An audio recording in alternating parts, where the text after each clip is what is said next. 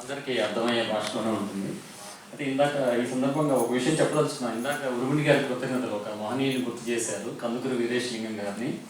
ఎందుకంటే మన సమాజంలో ఆ కాలంలో గురజాడ అప్పారావు గారు, కందుకూరి వీరేశలింగం గారు, గిడుగు రామమూర్తి పంతులు గారు ఎంతో మహనీయులు, సంఘ సంస్కర్తలు, సంఘాన్ని ఉద్ధరించే ఎంతోమంది మహనీయులు, మహాపురుషులు జన్మించారు. ఈ కాలంలో అది కొరవడిందేమో అనిపిస్తుంది. ఈ సందర్భంగా ఇది ఎందుకు చెప్తున్నానంటే, ఆంధ్రకేసరి సినిమాలో ఒక పాట ఉంది, వేదంలా ఘోషించే గోదావరి అని. దాంట్లో నాకు ఎంతో ఇష్టమైన వాక్యం ఒకటి ఉంది, కొట్టుకొని పోయే కొన్ని కోటి లింగాలు వీరేశలింగం ఒకడు మిగిలెను చాలు.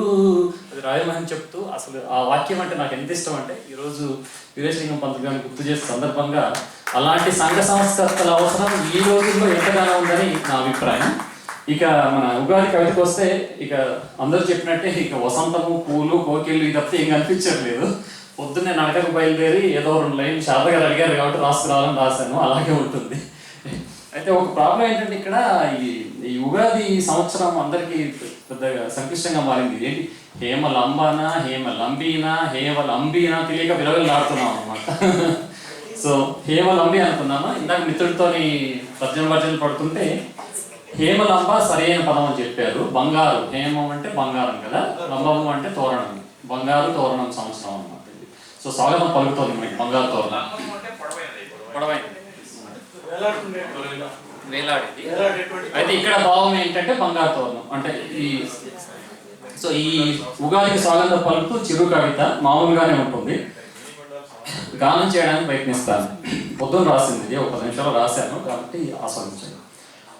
కుహు కుహు అని కోయిల కూసే మధురోహలతో ఆయని రేపే, కుహు కుహు అని కోయిల కూసే మధురోహలతో ఆయని రేపే, నవ వసంతమున నందనవనమున హరివిల్లు రంగుల పూలు పూచే, కుహు కుహు అని కోయిల కూసే.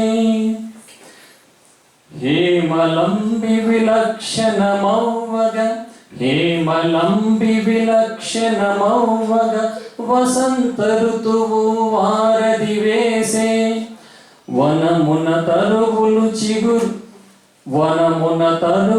చిగురులు తొడిగే, వయసు వలపుల ఊయలలుగే, హేమలంబి విలక్షణమౌవగ, వసంత ఋతువు వారధి వేసే, గడ్డి పూలే గారడి చేసే. పొద్దున్నే నడుస్తుంటే ఎక్కడ పడితే అక్కడ రంగురంగులు గడ్డి పూలు కనిపిస్తున్నాయి, ఆ సందర్భంగా వచ్చిన వాక్యం అన్నమాట. గడ్డి పూలే గారడి చేసే, గలగల మనిసెల ఏరులు పారే, గడ్డి పూలే గారడి చేసే, గలగల మనిసెల ఏరులు పారే, ప్రకృతి కాంత తన ప్రేమను పంచే, ప్రకృతి కాంత తన ప్రేమను పంచే, ఇలలో జగమున శాంతిని నింపే, స్వార్థము నిండిన మనుషులు చేసే అలజడి అంతా అబాసు పాలే, స్వార్థము నిండిన మనుషులు చేసే అలజడి అంతా అబాసు పాలే, పవిత్ర మనసున పరిమళములను చల్లగా, ప్రపంచమున శ్వేత కపోతమెగిరే. అంటే నా భావం ఏంటంటే, ఏదో ఒకటి పదాల్లో పెట్టాలని చూశాను. ఈ ప్రకృతి మనకు ఎంతో ఇచ్చింది, ఇన్ని పూల్ని, ఇన్ని సోయగాల్ని, ఇన్ని పక్షుల్ని, ఇంత ఆనందాన్ని ఇచ్చింది ఈ ప్రకృతి. కానీ మానవుడే దాన్ని తన స్వార్థం కోసం దాన్ని కల్మషం చేస్తున్నాడని నా భావన. ఏదో రాయడానికి అప్పటికప్పుడు ప్రయత్నించాను. ఇంత చక్కటి ఈ కార్యక్రమం నిర్వహించినందుకు శారద గారికి, వారి బృందానికి కృతజ్ఞతలు.